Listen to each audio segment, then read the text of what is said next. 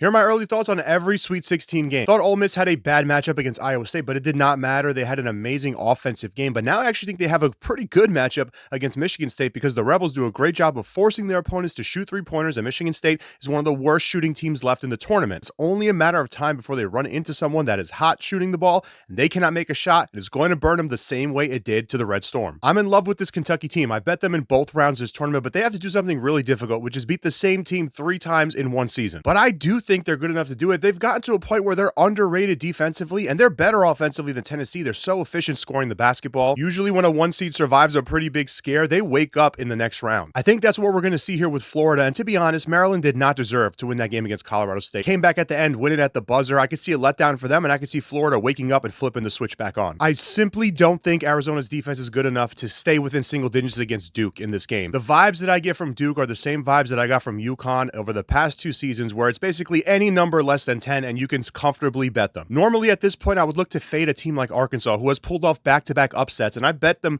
in both games, but I actually do think they can hang with Texas Tech because they've got things that other teams would kill for: a great experienced head coach, a very strong defense, and now kind of an underrated offense. A lot of raw talent on this team. I think this is going to be a much tighter game than people think. BYU versus Alabama should be a shootout, and that is the type of game that Alabama needs to have success. Both teams can score a lot of points, but Bama is just much better at doing exactly what BYU wants to do. I think they're going to pull away in this game. Starting to have a little bit of a soft spot for Michigan because I'm perfect betting on them so far in the tournament, but I think you have a little bit of value on Auburn here at any number below 8. If this were to get high enough, like maybe 9, 9.5, I would look to the Michigan side. Before the tournament, Houston was thought to be the most vulnerable 1 seed, and we didn't really see any glimpse of it until the final minutes against Gonzaga. Now, I don't think Purdue's going to win this game, but they have something unique that Houston hasn't seen yet. You're going to have one of the best pick and roll duos in college basketball, and as much as this is going to be a test for Purdue's offense, this is going to be a test for that Houston defense as well. I think this is low-key one of the best matchups of the entire Sweet 16. I think it's a close game.